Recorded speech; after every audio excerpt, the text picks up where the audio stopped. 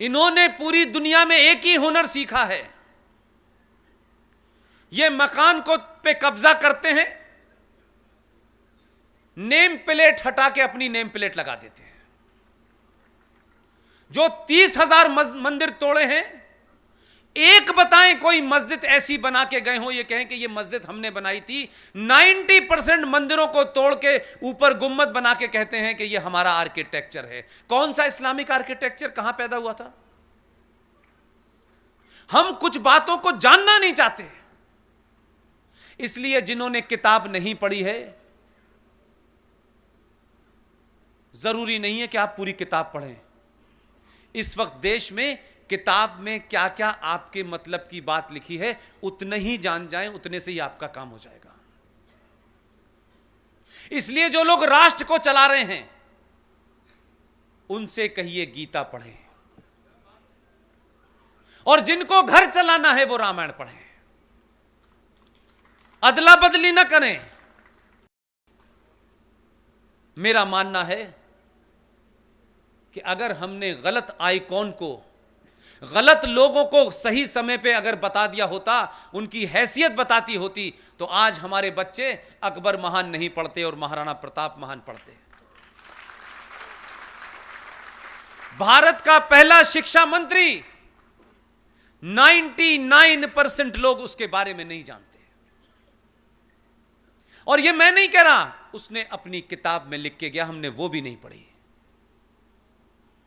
भारत के पहले शिक्षा मंत्री जब पैदा हुए मक्का में, तो उनका बचपन का नाम था फिरोज बख्त।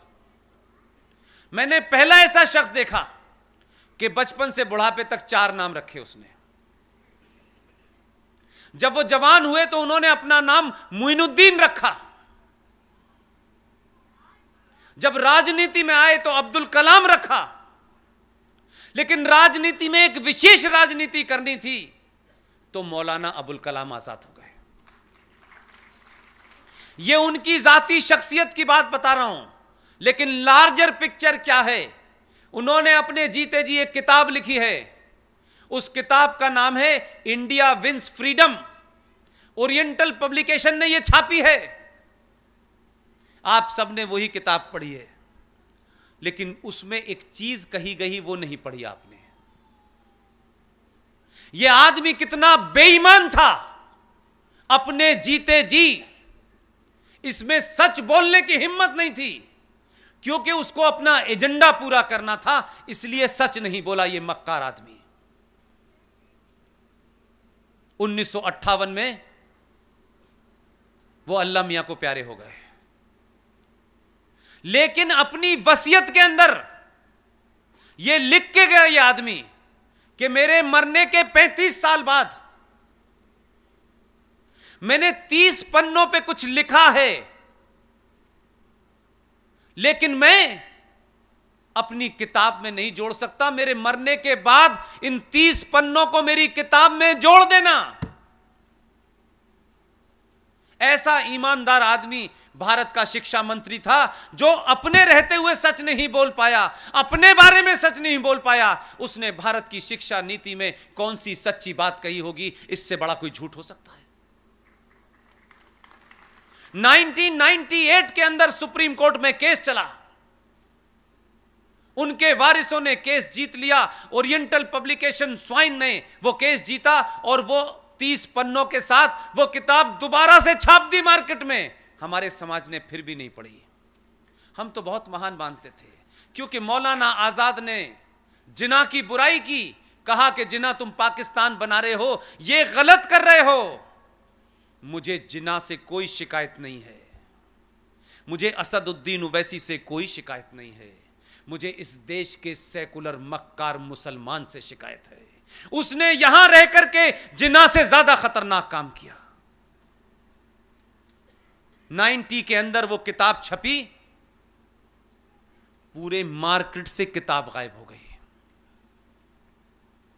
जिन्होंने उस पर राजनीति की थी उनको पता था ये किताब अगर गलत लोगों के हाथों में पड़ गई तो हमारा पूरा का पूरा जो सेकुलरिज्म का चरित्र है वो जमीन पे गिर जाएगा। लेकिन मैंने भी सही जगह जन्म लिया है। उस किताब की एक कॉपी मेरे पास भी है। तुमने किताब भले ही इस मार्केट से गायब कर दी हो, 3 साल में मैंने उसको इतना बताया है कि लोगों को पता चल गया ये देश का पहला फ्रॉड शिक्षा मंत्री क्या था। उस 30 पन्नों का जिस्ट इतना ही है कि उसने कहा यह बात मैं कह नहीं सकता, बताना नहीं चाहता, क्योंकि उसका एजेंडा भारत के अंदर सेकुलरिज्म की आड़ में इस देश में आज जो शाहीन बाग बन रहे हैं वो उसकी वजह से बन रहे हैं। 30 पन्नों में उसने कहा Jinnah was right, Nehru was wrong. Nehru चाहते थे कि पाकिस्तान बने, जिन्ना नहीं चाहते थे। यह बात अगर अपने सामने कह देता तो शिक्षा मंत्री नहीं बन पाता। तो भारत की आने वाली जनरेशनों को जिस तरीके से आज वो एक रास्ते से उतर गई हैं, जिसकी वजह से स्वामी जी से लेके हजारों लोगों को, हम लोगों को रात में जग जग के सही बात बतानी पड़ रही है, वो नहीं पड़ती अगर ये बात ना होती तो। ये वो खतरनाक लोग थे जो भारत में रहते हुए ये कहते थे सब कुछ मिल जाएगा, क्यों जा रहे हो, तुम्हारी जितनी हसरतें हैं, जितनी ख्वाहिशें हैं, यहां रह के पूरी हो जाएंगी। पाकिस्तान बड़े सोच के बना था। जो यहां रह गए थे 1946 में पाकिस्तान बनने के लिए मुस्लिम लीग ने वोट मांगा। 475 सीटों में से मुस्लिम लीग को इस देश के मुसलमानों ने 425 सीटें दी। सारे देश का मुसलमान पाकिस्तान चाहता था, लेकिन कितने समझदार लोग थे, पाकिस्तान बनने के बाद यहां से गए नहीं। आपके बॉर्डर पे एक इस्लामिक मुल्क बनवा करके, एक आर्मी लगवाने के बाद, एक ईस्टर्न बॉर्डर पे आपके एक पाकिस्तान इस्लाम बनाने के बाद यहां से नहीं गए। इसीलिए अलीगढ़ यूनिवर्सिटी में जब मेरे बड़े भाई हुआ करते थे, मैं स्कूल में छोटा होता था तो एक नारा लगता था, वो मैं कभी समझ नहीं पाता था कि इस नारे का मतलब क्या है, क्योंकि मेरी जिंदगी सुबह से लेकर शाम तक कुरान, इस्लाम, नमाज, हरिया और शरीफ में से गुजरती थी। उस वक्त ये नारा बड़ी आसानी से लगता था बीच बीच में कि लड़के लिया है पाकिस्तान, हंस हंस के लेंगे हिंदुस्तान। आज 70 सालों के बाद इस देश को पता चल रहा है कि जो यहां हैं वो इसी संविधान का हिस्सा बनके, इसी डेमोक्रेसी का इस्तेमाल करके उन्होंने एक आदर्श सत्ता इस देश में स्थापित कर ली थी। आज जो लोग धरने पे बैठे हुए हैं उनका सबसे बड़ा संकट है 1000 या नहीं राजा दाहिर सेन के बाद अगर आपने सही इतिहास भी पढ़ा होता और स्कूलों और कॉलेजों में भी नहीं पढ़ाया गया होता, तब भी आप उन किताबों को पढ़ लेते जो मार्केट में मौजूद हैं, तो यह दिन देखना नहीं पड़ता आपको। आज सत्ताएं आती तो इस देश को विश्व गुरु बनाने वाले रास्ते पे ले जाती। आज जो सत्ताएं आ रही हैं, पुराने कुकर्मों को वो साफ करते करते 5 साल बीत जाते हैं और भारतीय राजनीति में हर 5 साल के बाद वोट लेने जाना पड़ता है और वोट का डेमोग्राफी का बदलाव तेजी से हो रहा है।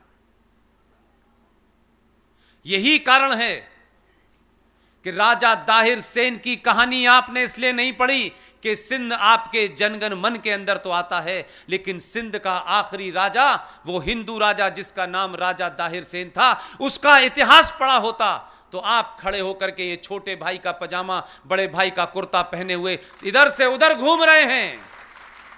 ऐसा लगता है सारा ज्ञान इन्हीं को है।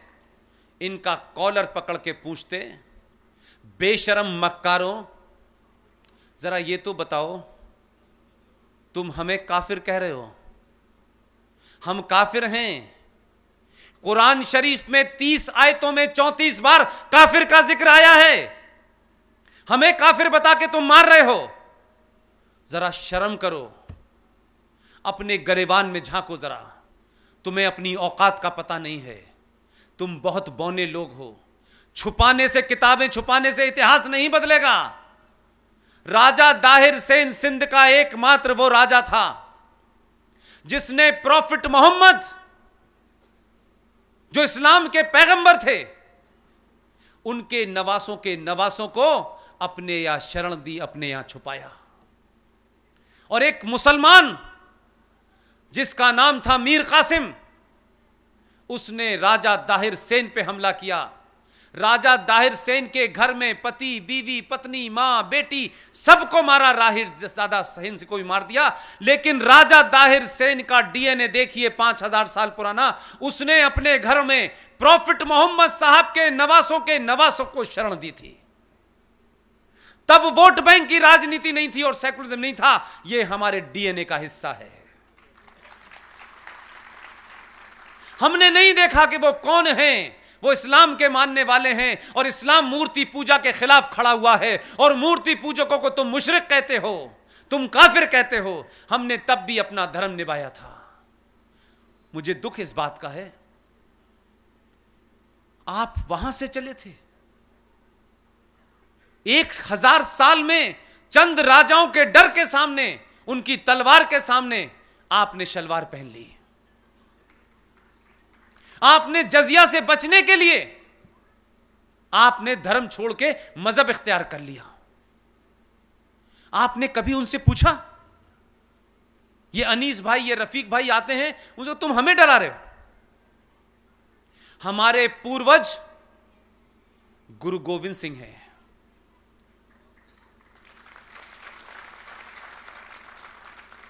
हमारा पूर्वज बंदा बहादुर है। हम तब तुम्हारी तलवार से नहीं डरे और तुम्हें हमारे ऊपर यकीन नहीं है तो सरहिंद में जाके देख लो, पंजाब में, क्योंकि तुम्हें इतिहास में हर वो बात अच्छी लगती है जो तुम्हारे फेवर की होती है। सरहिंद में जाओ। गुरु गोविंद सिंह के 4 पुत्र थे। 2 चमकौर के युद्ध में मारे गए। 2 पुत्र, 9 साल का साहबजादा जोरावर सिंह और 6 साल का जोरावर फतेह सिंह। सरहिंद का बादशाह वजीर खान ने हुक्म दिया कि इनको इस्लाम कबूल कराओ। दोनों के सामने तलवार लेकर के शाम को पेशी हुई। 6 साल के उस फतेह सिंह ने जब उससे कहा इस्लाम तुम्हें मंजूर है, आप जरा सोचिए कि आप किन की औलादे हैं। 6 साल के बच्चे ने सारी कहानी लिखी हुई है। ये मेरा और आरएसएस का लिखा हुआ नहीं है जिसे आप ये कह के टाल दें ये तो झूठ बोलते हैं।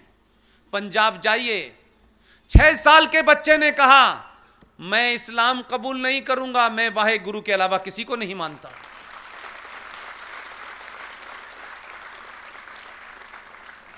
दोनों को जिंदा दीवार में चिनवा दिया गया। उनकी दादी को जब यह खबर पता चली, गुर्जरी देवी को, तो शौक में उनका देहांत हो गया। और वो यहीं तक नहीं रुका। ये कहानी पकड़ के उसे सुनाइएगा, जो दिन भर यही करते हैं, सुनाइएगा ताकि उनको पता चले तुम हो कौन। जब वो दोनों बच्चों की लाशें निकाल के रखी गईं, तो उसने जलाने के लिए जमीन नहीं दी। राजा टोडरमल ने कहा कि तुम्हें इतनी जमीन देने के लिए कितनी अशरफी चाहिए। उसने कहा इस जमीन पे जितनी चाहिए उतनी अशरफी बिछा दो। राजा टोडरमल ने उनके दाह संस्कार के लिए उस जमीन पे उतनी अशरफी बिछा दी। उनका दाह संस्कार हुआ। आज वहां एक बड़ा मेमोरियल बना है। लेकिन इसमें एक और महत्वपूर्ण बात है। एक सनातनी ब्राह्मण था। उस सनातनी ब्राह्मण ने यह शपथ ली कि इन दोनों को दीवार में चिनवाने का जिसने हुक्म दिया है, जब तक उसको नहीं मार दूंगा तब तक चैन से नहीं बैठूंगा। भाई मदन दास ने अमृत चखा, पगड़ी बांधी और बंदा बहादुर के नाम से युद्ध किया। जिस वजीर खान ने हुक्म दिया था उसकी गर्दन धड़ से अड़क कर दी। आप दिल्ली जाएं तो दिल्ली में एक जगह है मंडी हाउस। उस मंडी हाउस के मेट्रो स्टेशन पे उस बंदा बहादुर की बहुत बड़ी मूर्ति लगी है। अपने बच्चों को दिखाएं और बताएं कन्वर्जन का खेल ये आज से नहीं चल रहा, बहुत साल पहले से चल रहा है। तुम किसके डर से कन्वर्ट कर रहे हो? आज तो तुम गिनती में भी ज्यादा हो, सत्ता में भी तुम हो, व्यवस्था में भी तुम हो। तुमको डराए हुए लोग डरा रहे हैं और आप ये नहीं कह पा रहे कि हम तो जब नहीं डरे तो तुमसे अब हम डरेंगे। अपने इतिहास को अगर पढ़ा दिया जाता, इसीलिए सत्ताओं पे बैठने वालों ने आपको वो इतिहास नहीं बताया कि अगर आप अपना इतिहास जाग जाते, आप उसको समझ जाते, तो वो सत्ता के ऊपर 19 साल और 16 साल कभी नहीं बैठ पाते। पहली बार आपको देश में जो कुछ हुआ है उसके बारे में बिना लाग लपेट के लोग बता रहे हैं और आप सुन रहे हैं।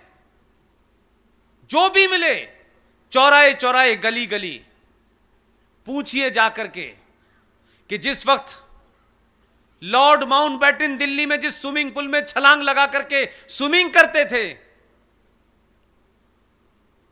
उसी स्विमिंग पूल में लॉर्ड माउंटबेटन के जीजाजी छलांग लगाते थे। मुकाबला किसका हो रहा है?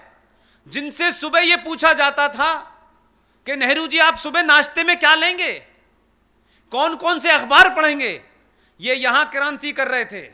एक शख्स अंडमान में साल में एक बार चिट्ठी लिखता था और नारियल से उसको तेल निकालने का हुक्म दिया गया था। लोग आज उससे तुलना कर रहे हैं अपनी। हजारों ऐसे वीरों को इस देश में कभी महान नहीं बताया गया। स्थिति थोड़ी सी बदल गई है, इसलिए लोगों को लग रहा है कि अगर इस सरकार ने यह घोषणा कर दी है कि सावरकर को भारत रत्न मिलेगा, तो लोगों के पेट में दर्द है। सावरकर को भी मिलेगा।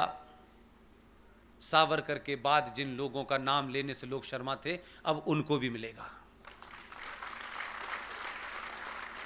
और अभी आपने सिर्फ घोषणाएं की हैं, काम तो बहुत स्लो शुरू हुआ है। ये जो बौखलाहट है, जो ये नारे लगा रहे हैं कि हमें चाहिए जिन्ना वाली आजादी, जो जेएनयू में 10 रुपए मकान का किराया नहीं दे सकते हैं, वो ये कह रहे हैं कि भारत को नॉर्थ ईस्ट को अलग कर देंगे, वो जो चिकन नेक कहलाता है उसको हम अलग कर देंगे। किस गलत फहमी के शिकार हो? ये 2020 का भारत है। जो लोग भी इस गलत फहमी में हैं कि सत्ता बदली है लेकिन समाज नहीं बदला, मैं कहता हूं समाज बदला है, बाद में सरकार बदली है। इसलिए ध्यान रखना और जरा धीरे से, यह मत समझना कि अब बहुत सारे आका बैठे हुए हैं तुम्हारे। जेएनयू में एक 3 दिन पहले रात के 2 बजे तक बोल के आया हूं मैं,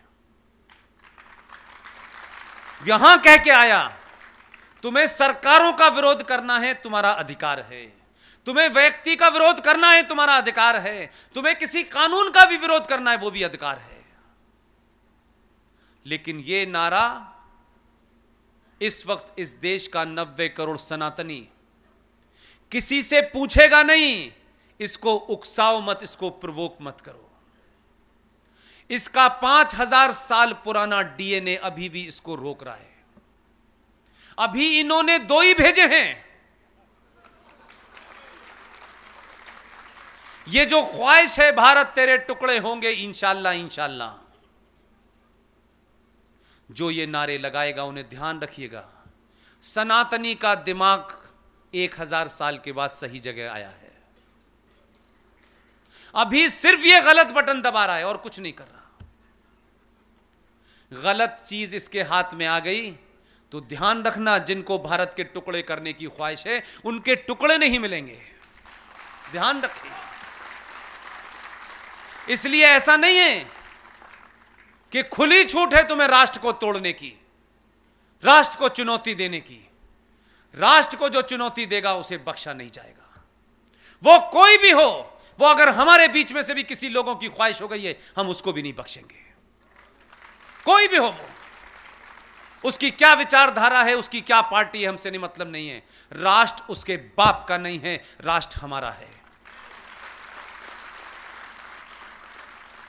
ये तकलीफ है कि ये देश पुरानी परंपराओं पर लौट रहा है, इसलिए डराना चाहते हैं। उनको लग रहा है शाहीन बाग डरा देगा। अरे पड़ोसी मुल्क ने तो अपनी मिसाइल का नाम शाहीन रखा है, हमने तो उससे भी नहीं डरते। और कैसे आपके समाज के दबाव में सरकारें पूरी राष्ट्र की पॉलिसी बदल देती हैं, इसका भी एक ही बात नजारा बताना चाहता हूं। यह घटनाएं इसलिए बता रहा हूं कि आपको लगता होगा कि सरकार कुछ करती नहीं है। जब आप लोग खड़े होते हैं तो सरकार मजबूर होती है करने पे। ऐसा नहीं है।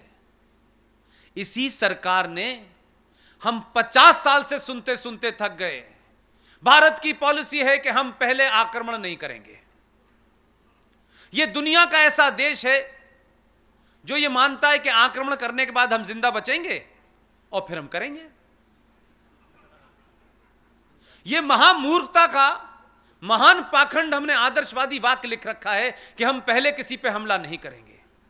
अरे कम से कम जो हमला करने के आ रहा हो उसको तो रोक सकते हो। एक ही घटना ने, ये जो खलबली मची है इसके पीछे 370 35 है और CAA की फुल फॉर्म नहीं है। तकलीफ कहीं और है, बता कुछ और रहे हैं। 370 35 पे निकाह हलाला और राम मंदिर पे एक तरफा फैसला, और CAA आने के बाद इसने विदेश नीति बदल दी भारत की। कहा कि हमें जहां दुनिया में पता चलेगा कि भारत की प्रभुसत्ता पे कोई हमला करने वाला है, उसके हमला करने से पहले हम उस पे हमला कर देंगे। और कुछ लोग मजाक समझ रहे थे, वो कह रहे घर में घुस घुस के मारेंगे, वो कह रहे थे ये तो बकता रहता है, ऐसा ही है। उन्होंने कहा फिर कह रहा है।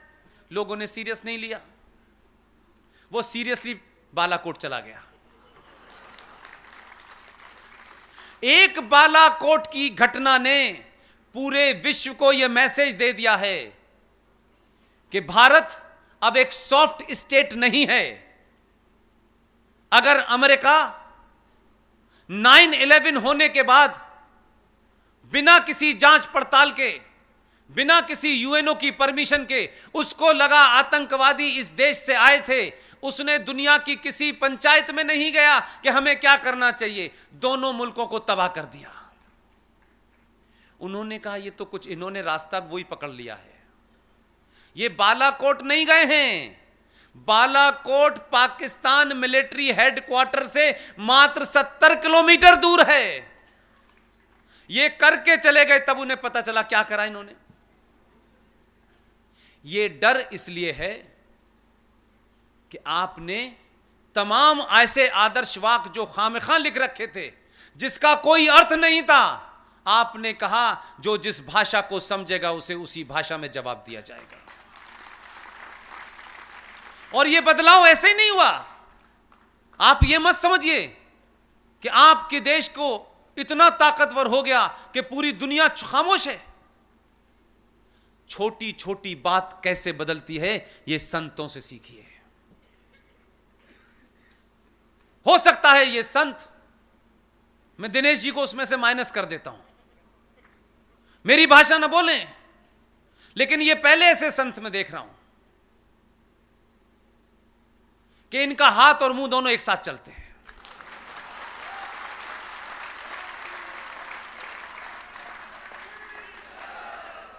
इसलिए स्थायी शांति चाहिए। शांति की हमें बड़ी चिंता रहती, शांति चाहिए, शांति चाहिए। भीख मांगने से कुछ नहीं मिलता है। अगर स्थायी शांति चाहिए तो समय समय पर शक्ति का प्रदर्शन करते रहिए, दुनिया आपको स्थायी शांति देगी। एक छोटी सी घटना ने पूरे देश दुनिया की साइक आपके प्रति कैसे बदली है, क्योंकि आपने उस पुरुषार्थ को दिखाया है जिसके आप वंशज हैं। इस देश में हजारों राष्ट्रीय अध्यक्ष इस देश में आते थे, उन्हें ताजमहल घुमाया जाता था, उन्हें कुतुब मीनार बताई जाती थी। वो भी यही समझते थे कि यही देश होगा, यही पहचान होगी उनकी। और जाते वक्त भारत का राष्ट्रपति अपने साथ भोज कराता था, और जाते वक्त उनको उनकी पहचान के रूप में कि भारत की पहचान क्या है, हम ताजमहल दे दिया करते थे। अब ताजमहल के बारे में आप समझ में नहीं आया मुझे। ताजमहल एक कब्र है। इस्लाम में, कुरान में कब्रों का कंसेप्ट नहीं है। ये जितने भी आप कब्रिस्तान देख रहे हैं ये नाजायज हैं, ये गैर इस्लामिक हैं। ये किताब की बात बता रहा हूं, मेरी नहीं है।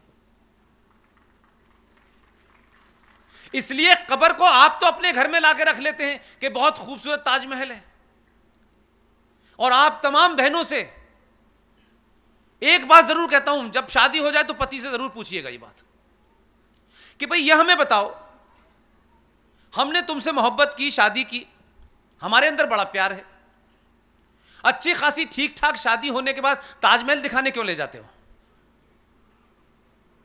यहां पे तुम्हारी इच्छा क्या है? तुम क्या बताना चाहते हो? यहां क्यों लाए हो तुम हमें? और आप ताजमहल दिखाने ले जाते हैं। अभी जिंदगी के 2 दिन नहीं जिए होते, कहते हैं तुम्हारी याद में भी बनवाऊंगा, और ताजमहल लाके घर पर रख लेते हैं। बेचारी उसी से डरती रहती, उसको समझ नहीं आता मसला क्या है। पति का फंडा क्लियर है, इस बेचारी का क्लियर नहीं है। इसलिए मुसलमानों ने इस गैर इस्लामिक चीज पे कभी सवाल इसलिए नहीं खड़ा किया, उनका एजेंडा जा रहा था दुनिया के बाहर कि भारत की पहचान ताजमहल है। इसलिए मैंने कहा आपका बदलाव, आपकी सोच के बदलाव ने सत्ता पे बैठने वालों को यह मजबूर कर दिया कि वो सच बात कहें, और अगर किसी को लगता है कि कोई वोट बैंक उनसे नाराज हो जाएगा तो फिर अगले 50 साल तक 90 करोड़ हिंदुओं को वोट बैंक बनने में क्या बुराई है? वोट बैंक हम भी रहेंगे, जाओ जिसको जो करना है। अगर वोट बैंक का ही झगड़ा है तो हमसे बड़ा वोट बैंक कौन होगा? आपका आदमी राष्ट्रपति भवन गया, होमवर्क पूरा करता है, यही उसकी तारीफ मैं करता हूं। और देश में पहला प्रधानमंत्री इसलिए शायद उसका अच्छा होमवर्क है कि 15 साल की ठीक ठाक ट्रेनिंग लेके गया है गुजरात से। अब तक इस देश में हवाई जहाज उड़ाते उड़ाते लोग प्रधानमंत्री बने, उन्हें पता ही नहीं था करना क्या है। पायलट थे, जहाज चलाते चलाते देश चलाने लगे। किसी की पुत्री थी इसलिए प्रधानमंत्री बनी, एक सोते रहते थे हमेशा प्रधानमंत्री बन के। कलाकार इस देश में बने, इसलिए इस समाज को, 5000 साल पुरानी सभ्यता को लोग सीरियस ही नहीं समझते थे। कहते अगर उस देश के प्रधानमंत्रियों का यह हाल है तो समाज का क्या होगा? लिहाजा वो शख्स राष्ट्रपति भवन गया, राष्ट्रपति से उसने एक ही सवाल पूछा कि भारत राष्ट्र की पहचान के नाम पर हम दुनिया में आने वाले राष्ट्राध्यक्ष, प्रेसिडेंट, प्राइम मिनिस्टर्स को क्या देते हैं? वो पुराने खाटी कांग्रेसी थे, उन्होंने कहा ताजमहल दिया जाता है। उसने कहा ताजमहल भारत की पहचान कब से हुई? उसने कहा यही दिया जा रहा है। उसने कहा बंद कर दीजिए। पूरे इंतजाम से किया। सनातनियों को अपना होमवर्क मजबूत करना चाहिए।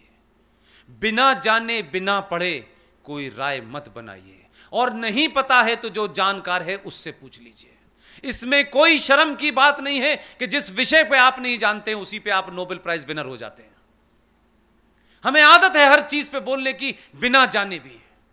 इस समाज में लोग हैं, आप उनसे पूछ लें क्या ये हम सही सोच रहे हैं। मुझसे भी अगर कोई चीज नहीं आती है तो जो मेरे बड़े हैं मैं उनसे डिस्कस करता हूं। हर बात में अपना ज्ञान देना जरूरी नहीं है बिना जाने। वो गया, उसने कहा 3 दिन के बाद रशिया के प्रेसिडेंट आ रहे हैं। भारत की पहचान के रूप में दुनिया के सबसे बेहतरीन कागज पर सबसे अच्छी उसकी डिजाइनिंग के साथ में अब से सिर्फ भारत यह देगा कि ये जो गीता है यही भारत की पहचान है।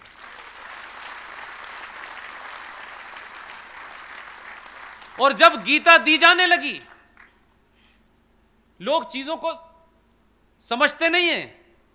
मैं उसको, क्योंकि विदेश में नौकरी ज्यादा की है और प्यारे वतन में ज्यादा कर ली है, इसलिए मैं चीजों को उसी अंदाज में पढ़ता हूं। जब गीता दी जाने लगी, उसने इंतजाम कर दिया है कि जिस राष्ट्र का राष्ट्रपति या राष्ट्राध्यक्ष या प्राइम मिनिस्टर आएगा उसे उस राष्ट्र की भाषा वाली ही गीता दी जाएगी ताकि पढ़ ले आसानी से। इसलिए बहुत सारे लोगों को यह शायद बात पता नहीं है, क्योंकि हम अखबार दुनिया के नहीं पढ़ते और दुनिया हमारे बारे में क्या राय बदल रही है यह सोचते नहीं है। पिछले कई सालों में कोई 70 देशों के राष्ट्राध्यक्ष भारत आ चुके हैं। सबको गीता दी गई है। हम लोगों में यह बीमारी है कि हम अपने घर में कुछ चीज पढ़ते पढ़ाते नहीं है। गीता रखी है, कौन पढ़ेगा? दुनिया आपको ऐसे नहीं देखती। सबने गीता पढ़ी, अपने अपने देश के लोगों ने उस गीता को समझा। है क्या ये कौन सा ग्रंथ है जो 70 साल में पहली बार भारत का राष्ट्रपति दे रहा है? उन्होंने अपने लोगों को, एक्सपर्ट को बुला बुला के समझा। पुतिन ने भी समझा, ट्रंप ने भी समझा। बालाकोट जब हुआ तो आपको लग रहा था कि आप इतने ताकतवर हो गए हैं कि दुनिया कुछ बोल नहीं रही है। मेरा अपना इंटरप्रिटेशन है कि पूरी दुनिया में 70 देश नहीं बोले, उन्होंने गीता पढ़ ली थी। उन्होंने गीता पढ़ ली थी, उनको मालूम था कि यह गीता पढ़ के आया है, इसने कुरान शरीफ नहीं पढ़ा है। ये गीता पढ़ा हुआ है, वही काम करेगा जो गीता में लिखा हुआ है। इसलिए तत्काल टेलीफोन किया कि गलती मत करना अभिनंदन को रोकने की, नहीं अग्नि लगा रखी है इसने, वापस दे दो जल्दी। ये डर आपके अंदर इतना बिठाया कि अमेरिका के राष्ट्रपति ने टेलीफोन करके कहा, अभिनंदन जैसा आया है वैसे ही भेज देना। अगर वहां पहुंचते पूछते अगर मूंछ का बाल भी नीचा हुआ तो शाम तक अग्नि आ जाएगी, ध्यान रखना। हम कुछ नहीं कर पाएंगे इसमें, अब हमें नहीं कुछ करना है, अब करेगा तो यही करेगा। यह ताकत होती है एक छोटे से बदलाव की। दुनिया ने आपके, किसी ने सवाल नहीं उठाया। बहुत सारे लोगों ने कहा नहीं नहीं, यह भारत का अधिकार है कि वो अपनी प्रभुसत्ता की रक्षा करे। कल तक कोई नहीं बोलता था, हर आदमी हमारे मामलात में दखल देता था। कल की डेट की खबर है, यूनाइटेड नेशन सिक्योरिटी काउंसिल का एक सेक्रेटरी जनरल, जैसे ही उसने कहा कश्मीर पे बात करनी चाहिए, हमारे विदेश मंत्री ने कहा shut up mister secretary general, it is our internal matter of India, you have no right to interfere in this. ये भाषा आपके कारण बोली जा रही है। नहीं, हम डरते रहते थे कोई कश्मीर पे हमारी बात को साफ करेगा या नहीं करेगा। और जो दुनिया का सबसे बड़ा लोकतंत्र है, सबसे पुराना लोकतंत्र है, वो राष्ट्रपति पाकिस्तान के राष्ट्रपति के प्रधानमंत्री के साथ बैठा हुआ था और कुछ मदारी टाइप के रिपोर्टर अपने देश के लेके गया था उनके साथ में। उन्होंने कोई गलती से सवाल ट्रंप से पूछ लिया। उसने कहा, उसने अंग्रेजी में इमरान खान से कहा, कहां से पकड़ के लाए हो इनको? तो आप बदले तो दुनिया का आपके प्रति नजरिया बदला, और आप तो अभी सिर्फ बदलना शुरू हुए हैं। इसलिए पूरी दुनिया में 370 पे किसी ने सवाल नहीं उठाया, पूरी दुनिया खामोश रही। होमवर्क पहले कर चुका था। हमारी और आपकी इतनी ही जिम्मेदारी है कि 1946 में जिन लोगों ने डायरेक्ट एक्शन करके 15,000 हिंदुओं का यूनाइटेड बंगाल में कत्ल किया, औरतों को मारा, जवान लड़कियों को मारा, महीनों लाशें स्टेशन और बस स्टैंड पे पड़ी रहीं। कुछ लोगों की ख्वाहिश है कि वो डायरेक्ट एक्शन करेंगे, उनको पता नहीं है कि उनका बाप है जो डायरेक्ट एक्शन का भी बाप है। इस वक्त गलती मत करना, बार बार ये कह रहा हूं, धरना प्रदर्शन तक ही रखना। तुमने बात नहीं मानी, तुम समझ रहे थे कि दिल्ली में हम पुलिस को दौड़ा दौड़ा के मारेंगे और कोई बोलेगा नहीं। तुमने ये गलती उत्तर प्रदेश में कर दी। कुरान मजीद में एक आयत है, अब आप समझ में आएगा आपके। उस आयत का नाम है सूरे निसा। किसी से पूछिएगा, इसकी लंबी दाढ़ी हो से पूछ लीजिएगा, उन्होंने बस पूछिए, बताओ भाई ये सूरे निसा में क्या लिखा हुआ है? सूरे निसा में लिखा हुआ है कि अल्लाह के मानने वाले, यानी अल्लाह पे जिनका ईमान है, भरोसा है, विश्वास है, वो अल्लाह अपने ईमान वालों से कह रहे हैं कि मैंने तुम्हें इस धरती पे भेजा है, तुम्हारे लिए सारी चीजें दी हैं जो तुम्हें जीने के लिए चाहिए, लेकिन मैंने जीने के कुछ रास्ते बताए हैं तुम्हें। अगर तुम उन रास्तों से उठ भटके और तुमने उन रास्तों को फॉलो नहीं किया, तो मैं इसी जमीन पे ऐसे लोग भेजूंगा जो तुम्हें रास्ते पे ले आएंगे। उसमें यह कहीं नहीं लिखा है कि टोपी वाला भेजूंगा, ना नाम बताया है, ना यह कहा कि आधा आस्तीन वाला कुर्ता भेजने वाला हूं। उन्होंने कहा ऐसे लोग भेजूंगा, आ गया। अल्लाह की बात मानो, अल्लाह ने कहा है। उन्होंने नहीं लिखा कि इसमें रफीक भाई आएंगे या आरिफ भाई आएंगे, उसने नहीं लिखा। तो अगर अल्लाह पे यकीन है और अपनी किताब पे यकीन है तो अल्लाह की मर्जी से आया है। तो अब वो जो कर रहा है वो अल्लाह के कहने पे कर रहा है। अकेला भेजा, तुमको समझाने के लिए भेजा कि इस्लाम के बारे में गलत प्रचार मत करो, इस्लाम का गलत इस्तेमाल मत करो, इस्लाम में औरत का जो दर्जा है उसे दर्जा दो, ये निकाह हलाला की दुकान मत खोलो। उसने निकाह हलाला बंद कर दिया। आप नहीं माने, आपने गालियां दी। ऊपर वाले को गुस्सा आया, उसने कहा एक से काम नहीं चल रहा, उसने उत्तर प्रदेश में भेज दिया। अब उत्तर प्रदेश में जिसको भेजा है उसने कहा आप प्रदर्शन करिए, यह लोकतांत्रिक अधिकार है। लेकिन अगर बस जलाते पकड़े गए, रेल जलाते पकड़े गए, वीडियो दिखाऊंगा, जितने की बस है उतनी वसूल लूंगा पैसे। घर पे नोटिस भेज दिया है अब्बा जान के, अब बाप बेटे 5 वक्त की नमाज पढ़ रहे, नोटिस वापस नहीं होगा। उन्होंने कहा पैसे जमा करो तब छोड़ूंगा। तो सत्ता के बदले हुए मिजाज के पीछे आप हैं।